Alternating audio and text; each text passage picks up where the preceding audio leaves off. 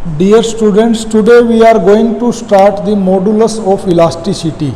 Modulus of elasticity के बारे में लास्ट क्लास में हमने क्या सीखा था कि stress is directly proportional to strain. This was told by the Hooke's. This was known as Hooke's law.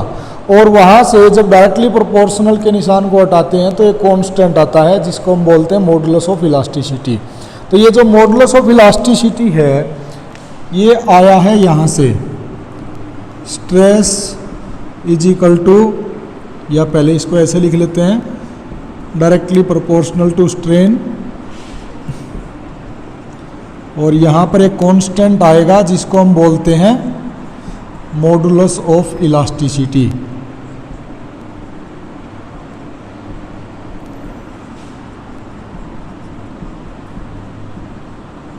तो ये जो मॉडुलस ऑफ इलास्टिसिटी है ये किसके बराबर बन गया?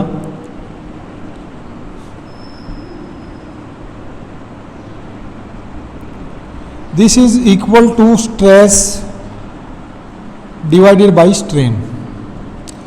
तो ये स्ट्रेस और स्ट्रेन के रेशियो के बराबर होता है.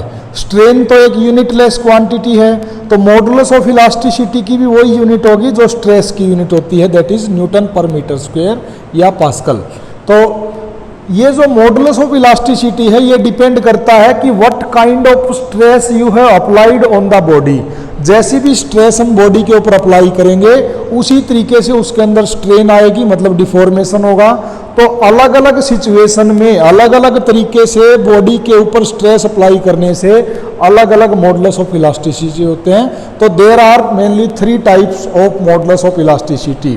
फर्स्ट वन ये है कि अगर आपने एक नॉर्मल स्ट्रेस अप्लाई किया है. हाँ जी बेटा,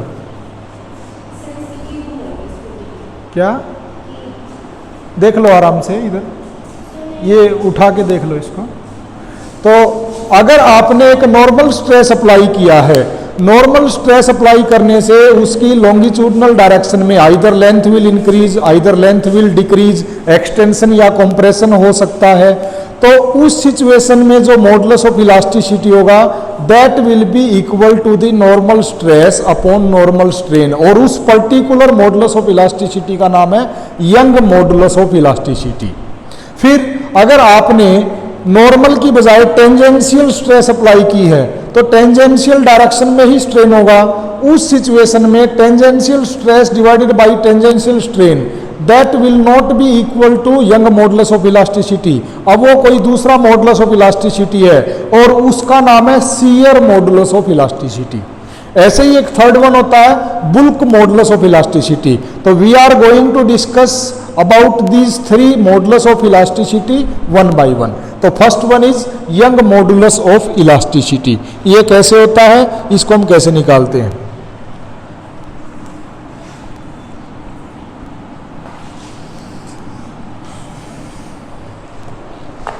फर्स्ट इज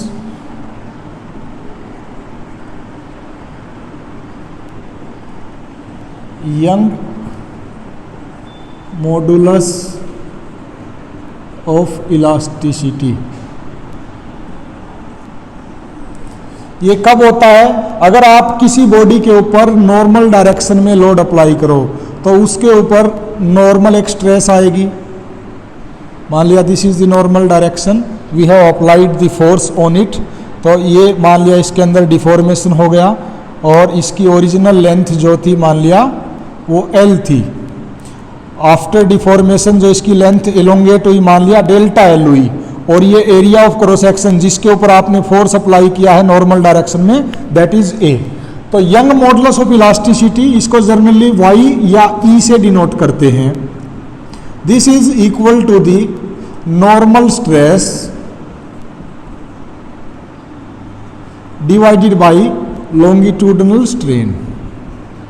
क्योंकि लॉन्गिट्यूडनल डायरेक्शन में है, लेंथ के अक्रॉस स्ट्रेन आती है जब नॉर्मल स्ट्रेस अप्लाई करते हैं. यहाँ पर नॉर्मल स्ट्रेस किसके बराबर होगी? Force per unit area F/A. और लॉन्गिट्यूडनल स्ट्रेन किसके बराबर होगी? डेल्टा L/L के बराबर होगी, change in length divided by original length. तो यंग मॉडुलस ऑफ इलास्टिसिटी को हम कैसे लिख सकते हैं? FL divided by delta L into में A को कैसे लिख सकते हैं? एरिया ऑफ क्रॉस सेक्शन, मान लिया इसकी रेडियस स्मॉल आर है, तो इसको हम एरिया को क्या लिख सकते हैं, पाई आर स्क्वायर। तो this is complete derivation of Young modulus of elasticity. बस this is equal to normal stress, ratio of normal stress and longitudinal strain. तो ये पूरा नॉर्मल स्ट्रेस के यंग मॉडुलस ऑफ इलास्टिसिटी के बारे में है। अब नेक्स्ट है नंबर 2, मॉडुलस ऑफ रिजिडिटी या shear modulus of elasticity. Shear modulus of elasticity को मॉडुलस ऑफ रिजिडिटी भी बोल देते हैं।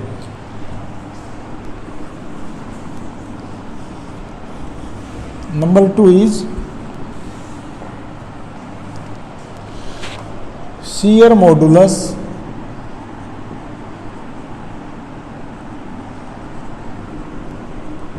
ऑफ इलास्टिसिटी और मॉडुलस ऑफ रिजिडिटी। ये जो मॉडुलस ऑफ रिजिडिटी है या modulus of shear modulus of elasticity है, इसको हम जर्नली जी से डिनोट करते हैं, और ये tangential stress divided by shearing strain उसके बराबर होता है। तो this is equal to the tangential stress divided bye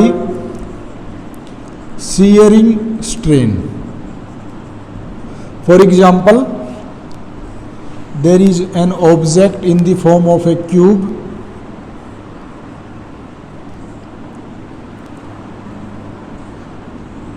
और इसके ऊपर टेंजेंशियल डायरेक्शन में मान लिया फोर्स लगा है इस एरिया के ऊपर, जो इसका अपर सरफेस है, मान लिया इसका एरिया ए है, तो इसके ऊपर जो ये टेंजेंशियल स्ट्रेस है इसका ये किसके बराबर हो जाएगी, this force divided by this area.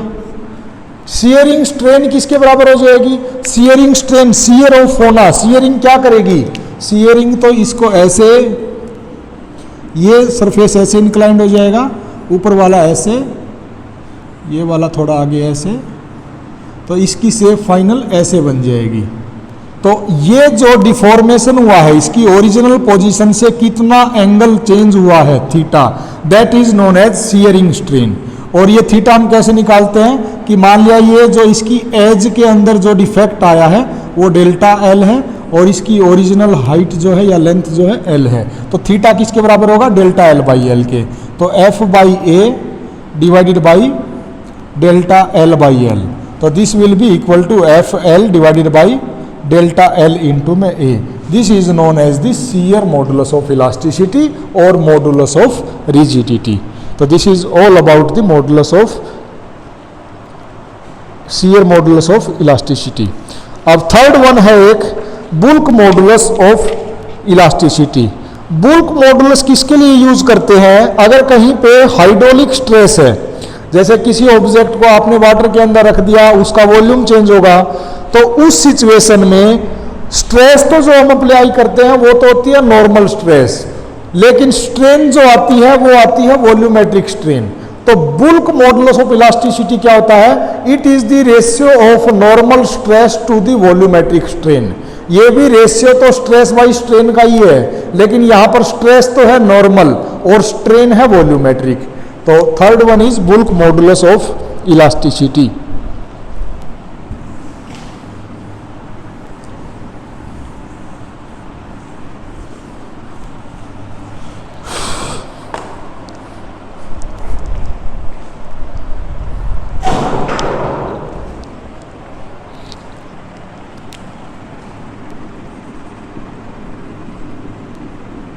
Bulk modulus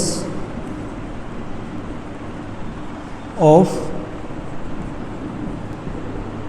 elasticity,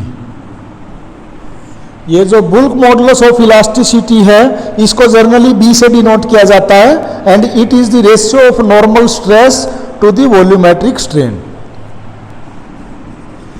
normal stress to the volumetric strain. मान लिया this is an object on which a force is applied in the normal direction. जैसे एक स्फीयर को वाटर के अंदर रख देते हैं तो वो चारों तरफ से उसके ऊपर फोर्स लगाता है, and that force is in normal direction. मान लिया ये फोर्स इसके ऊपर लगने से इसका वॉल्यूम जो है चेंज हो जाता है, और ये चेंज इन वॉल्यूम जो है मान लिया डेल्टा वी है। तो नॉर्मल स्ट्रेस का मतलब क्या है? This force divided by surface area of this sphere. तो F by A is equal to normal stress. Volumetric strain का मतलब क्या है कि इसकी वॉल्यूम में कितना चेंज हुआ with respect to original volume, delta V by V. This is equal to the normal stress. आप यहाँ पे याद रखना, ध्यान रखना, यहाँ पे ये नॉर्मल स्ट्रेस लगाने से ये वॉल्यूम क्या हुआ है? डिक्रीज हुआ है, तो इसके आगे माइनस भी लगा सकते हैं आप। लेकिन मैग्नीट्यूड वाइज अगर बात करें तो ये F by A divided by delta V by V के बराबर होता है। ठीक है, यहाँ पे एक टर्म आती है कॉम्प्रेसिबिलिटी। कॉम्प्रेसिबिलिटी एक्चुअल में क्या होता है? वो शो करता है कि आप किसी ऑब्जेक्ट को कितना कॉम्प्रेस कर सकते हो, और वो कॉम्प्रेसिबिलिटी, वो किसी भी मटेरियल की कॉम्प्रेसिबिलिटी निकालनी है तो आपने जो ये बुल्क मॉडुलस निकाला है, bulk modulus of elasticity, just इसका रेसिप्रोकल कर दो, इसका उल्टा कर दो। तो कॉम्प्रेसिबिलिटी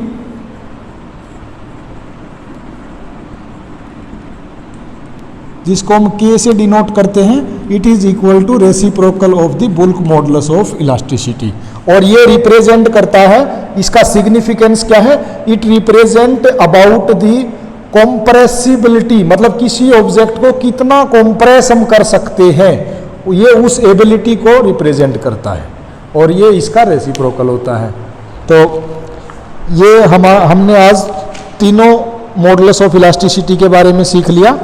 अब हम नेक्स्ट चलते हैं कि स्ट्रेस स्ट्रेन रिलेशनशिप। मान लिया अगर किसी वायर का स्ट्रेस स्ट्रेन रिलेशनशिप देखना है तो वो कैसे होता है और उसको ग्राफिकली कैसे रिप्रेजेंट करते हैं।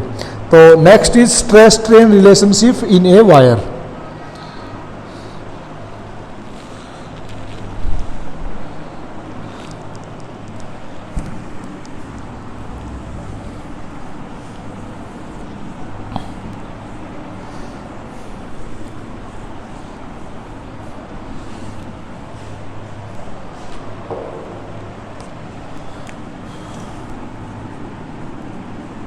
Stress strain relationship in a wire. मान लिया दिस इज ए वायर और इसके नीचे आपने लोड लगा रखा है, मतलब आप इसके ऊपर लोड लगा सकते हो, अपनी अरेंजमेंट से कम ज़्यादा कर सकते हो। अब अगर लोड लगाओगे तो लोड पर यूनिट एरिया, उसको हम क्या बोलेंगे? स्ट्रेस। तो जितना ज़्यादा लोड लगेगा उतनी ज़्यादा स्ट्रेस होगी, जितना कम लगेगा उतनी ही कम होगी, क्योंकि एरिया तो यहाँ पे फिक्स्ड है। तो फोर्स पर यूनिट एरिया, उसी को हम स्ट्रेस बोलते हैं। और स्ट्रेन मतलब इसकी कितनी ओरिजिनल डायमेंशन से या लेंथ से चेंज हुई, उसको मेजर करने के लिए हम क्या करते हैं? एक वर्नियर कैलिपर की हेल्प ले लेते हैं। एक स्केल है बस ये लगा हुआ, ये स्केल सिर्फ आपको क्या बताएगा कि ओरिजिनल पोजीशन से इसकी फाइनल पोजीशन कितनी चेंज हुई, इस ऑब्जेक्ट की कितनी लेंथ में चेंज आया। तो वहाँ से आप डेल्टा L बाई एल करके स्ट्रेन निकाल सकते हो। तो ये एक सिंपल इंस्ट्रूमेंट है।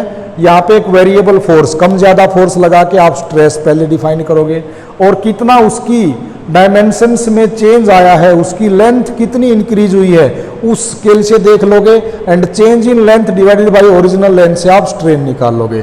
तो दोनों स्ट्रेस और स्ट्रेन को आप ऐसे निकाल सकते हो, चेक कर सकते हो। तो उसका जब हम ग्राफ बनाते हैं, वो ग्राफ इसका ऐसा बनेगा, इस एक्सिस पर स्ट्रेस है और इस एक्सिस पर स्ट्रेन है, और ये मान लिया इनिशियली जब कोई भी स्ट्रेस नहीं है। तो सबसे पहले क्या होगा, जब तक आप किसी ऑब्जेक्ट पे सबसे पहले स्ट्रेस अप्लाई करोगे उसके अंदर स्ट्रेन आएगी, and that stress is directly proportional to the strain. ये अकॉर्डिंग टू हुक्स लॉ ये बात है। तो एक लिमिट ऐसी आएगी जब तक ये स्ट्रेस जो है उस स्ट्रेन के डायरेक्टली प्रोपोर्शनल होगी। उस पॉइंट का नाम है ए। तो ये O से A ये क्या है? Let me check, it is visible there. Okay fine. ये O से A क्या है, यहां पर stress is directly proportional to the strain. तो जहां पर ये डायरेक्टली प्रोपोर्शनल नहीं रहेगी, ये लॉ जहां पर वैलिड नहीं रहेगा, कुछ और बन जाएगा, डायरेक्टली नहीं रहेगा, तो वहां पर उस पॉइंट को हम बोलते हैं प्रोपोर्शनल लिमिट। इसका क्या सिग्निफिकेंस है, up to this point stress is directly proportional to strain. उसके बाद भी ये ग्राफ थोड़ा ऐसे सीधा ही रहेगा, लेकिन उसके बाद ये जो है डायरेक्टली प्रोपोर्शनल नहीं रहेगी, stress will not be directly proportional to strain. तो उस पॉइंट को हम क्या बोलते हैं, उस पॉइंट को बोलते हैं yield limit, sorry elastic limit. क्यों बोलते हैं, ए के बाद बी पॉइंट तक अगर आप लोड को हटा लोगे तो वो ऑब्जेक्ट अपनी ओरिजिनल पोजीशन में आ जाएगा। तो यहां पे इलास्टिक लिमिट क्या होती है कि after removal of the load if object regain its original position. तो ए के बाद बी तक ऑब्जेक्ट प्रोपोर्शनल लिमिट में तो नहीं है, stress is directly proportional to strain तो नहीं है, लेकिन अगर आप लोड को हटा लोगे तो वो दोबारा अपनी ओरिजिनल पोजीशन पे आ जाएगा, वो ऑब्जेक्ट अपनी ओरिजिनल पोजीशन को रीगेन कर लेगा। तो वो पॉइंट को हम बोलते हैं इलास्टिक लिमिट। तो यहां पर ये पॉइंट बी क्या है, दिस इज इलास्टिक लिमिट। अब अगर इलास्टिक लिमिट से भी अगर आप ज्यादा लोड को अप्लाई करोगे तो उसके बाद फिर इसके अंदर क्या होता है, एक ऐसा पॉइंट आ जाता है कि जिसके बाद ये पॉइंट सी, जिसके बाद इसके अंदर एक यील्डिंग स्टार्ट हो जाती है। यील्डिंग का मतलब क्या है कि उसका डिफॉर्मेशन, एक परमानेंट उसके अंदर डिफॉर्मेशन स्टार्ट हो जाता है। तो that point is known as yielding point. Permanent deformation start हो जाता है यहां से, that is known as yielding point. तो उसके बाद हमने क्या देखा, क्या पाया गया कि अगर आप लोड की वैल्यू को कांस्टेंट भी रखोगे इस इतने लोड पर ले जाके, तो भी उसके अंदर एक स्ट्रेन आएगी। तो ये लगभग इसी के बराबर है। तो इसमें और इसमें बस यही है, this is upper yield and this is lower yield. मतलब डी पॉइंट क्या है एक्चुअल में, ये यील्डिंग को ही रिप्रेजेंट करता है। बस यहां पर हम क्या कह सकते हैं, सी को अपर यील्डिंग, सी और डी को लोअर यील्डिंग। तो ये ऐसे पॉइंट है जहां पर अगर आप लोड की वैल्यू को या स्ट्रेस की वैल्यू को सेम भी रखोगे तो भी उसके अंदर स्ट्रेन आएगी। और ये सी जो है इस ए और बी से अलग क्यों है, क्योंकि देखो अगर सी यहां पर आने के बाद अगर आप लोड को हटा लोगे तो उसके बाद वो ऑब्जेक्ट जो है वो इस रास्ते से वापस नहीं जाएगा, इस स्ट्रेट लाइन से वापस नहीं जाएगा, वो ऐसे वापस जाएगा। और ये जो है this is representing a permanent deformation OC1। ये पॉइंट मतलब अगर यहां जाने के बाद आप लोड को हटा लोगे तो ऑब्जेक्ट अपनी ओरिजिनल पोजीशन को रीगेन नहीं करेगा, उसके अंदर कुछ ना कुछ डिफॉर्मेशन बचा रहेगा। और सी से लेके डी तक अगर आप लोड को एज इट इज भी रखोगे तो भी उसके अंदर कुछ ना कुछ स्ट्रेन आएगी। मतलब आप अगर लोड को ना भी बढ़ाओगे तो स्ट्रेन फिर भी बढ़ेगी। अब उसके बाद भी अगर स्ट्रेस या लोड को आप बढ़ाओगे तो फिर इसके अंदर अगेन फिर इसके अंदर स्ट्रेन बढ़ती चली जाएगी। और एक पॉइंट ऐसा आ जाएगा जहां पर हम ये कह सकते हैं कि this is ultimate stress of the material, एक अल्टीमेट लिमिट आ जाएगी। तो again if you will increase the stress then strain will increase. और एक पॉइंट अब ऐसा आ जाएगा जहां पे इसकी अल्टीमेट स्ट्रेस होगी और उसके बाद तो इसका ब्रेकेज स्टार्ट हो जाएगा। यहाँ पर डिफॉर्मेशन स्टार्ट हुआ था और यहाँ पर इसकी ब्रेकिंग स्टार्ट हो जाएगी, टूटना शुरू हो जाएगा मटेरियल, ये वायर का टूटना शुरू हो जाएगा। सी के बाद तो सिर्फ इसका परमानेंट डिफॉर्मेशन शुरू हुआ था और ई के बाद इसका ब्रेकेज स्टार्ट हो जाएगा। तो this point E is known as the ultimate stress of the material. तो सी से डी तो लोअर यील्ड, अपर यील्ड, और ई जो है ultimate stress of the material. और उसके बाद ये अगर ई के बाद भी आप उसके ऊपर लोड लगाओगे तो चाहे आप कम भी लोड लगा दो लेकिन उसकी स्ट्रेन बहुत ज़्यादा बढ़ेगी आप लोड को कम भी कर दो। क्यों? क्योंकि ये ई पॉइंट क्या है कि इसके बाद इसकी एक ब्रेकिंग स्टार्ट हो जाएगी और एफ पॉइंट ऐसा आ जाएगा जहां पर ये टूट ही जाएगा। तो F is the breaking point. तो this is stress strain relationship of a wire. तो ये आपने याद रखना है। यहाँ पर जो अलग अलग मटेरियल्स हैं वो अलग अलग तरीके से बिहेव करते हैं। ये वायर का जो मटेरियल है, ये वायर किस चीज से बना हुआ है, उस चीज के ऊपर सब कुछ डिपेंडेंसी है, उसी के हिसाब से ये ग्राफ बनेगा। तो इस तरीके से ये ग्राफ को देख के मटेरियल्स को 3 कैटेगरी में डिवाइड किया गया है। फर्स्ट है डक्टाइल मटेरियल, फिर है ब्रिटल मटेरियल और फिर एक उनके बीच का है इलास्टोमर्स। तो डक्टाइल मटेरियल किसको बोलते हैं?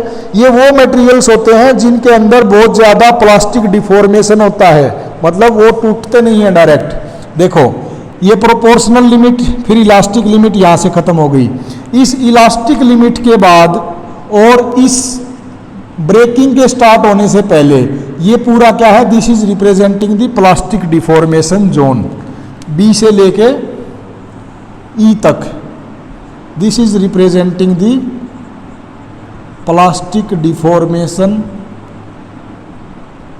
जोन और ओ से बी तक this is representing the elastic zone.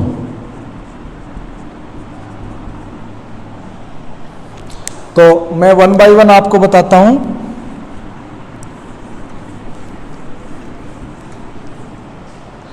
First one is ductile material.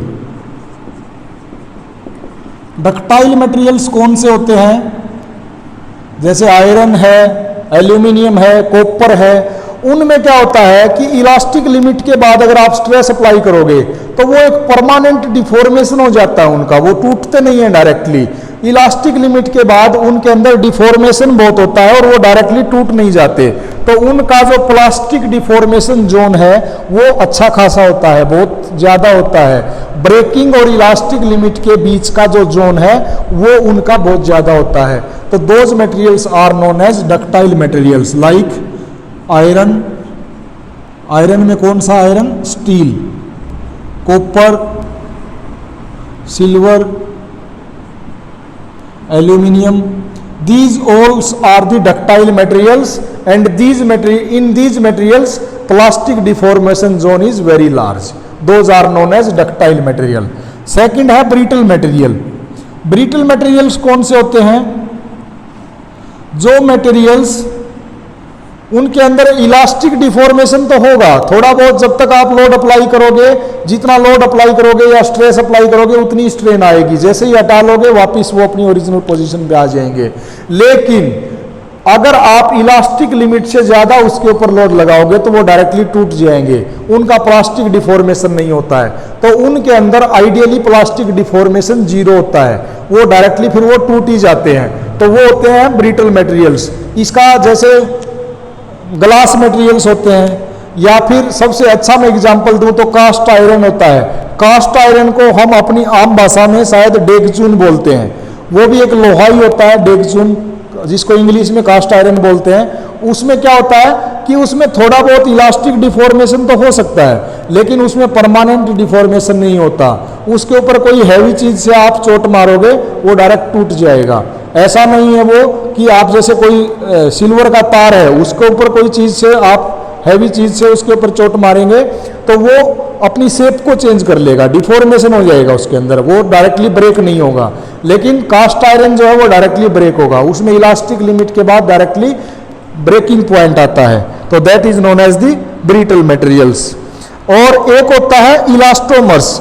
ये इलास्टोमर्स ऐसे मटेरियल्स होते हैं जिनकी इलास्टिक लिमिट तो अच्छी खासी होती है, बहुत ज़्यादा होती है, लेकिन इलास्टिक लिमिट के बाद डायरेक्टली उनकी ब्रेकिंग पॉइंट आता है। जैसे रबर मटेरियल्स हैं, रबर की कोई भी चीज़ होती है वो इलास्टिक तो होती है, उसको आप खींचते रहो वो बढ़ती चली जाएगी, जैसे ही छोड़ दोगे ओरिजिनल पोजीशन पर आ जाएगी। लेकिन उसको खींचते रहो, खींचने के बाद आप अगर कितना भी दूर ले जाके छोड़ लो, ऐसा नहीं है कि उसके अंदर कोई परमानेंट डिफॉर्मेशन आएगा, या तो वो इलास्टिक रहेगी या फिर इलास्टिसिटी के बाद, अगर उसके बाद भी अगर आप उसको खींचते रहोगे तो वो डायरेक्टली टूट ही जाएगी। तो इस तरह के जो मटेरियल्स होते हैं जिनके अंदर सिर्फ और सिर्फ इलास्टिक लिमिट ही होती है या इलास्टिक बिहेवियर ही होता है और उनके अंदर कोई भी स्ट्रेन नहीं आती है, तो उनको हम बोलते हैं इलास्टोमर्स। तो थर्ड वन इज इलास्टोमर्स। तो ये ब्रिटल मटेरियल्स में कास्ट आयरन बेस्ट एग्जांपल है या ग्लास, और इलास्टोमर्स में रबर। तो these are the main 3 types of the materials. तो आज हम यहीं पे स्टॉप करते हैं, थोड़ा सा पोर्शन बचा हुआ है इसका, उसको हम कल कर लेंगे। Thank you.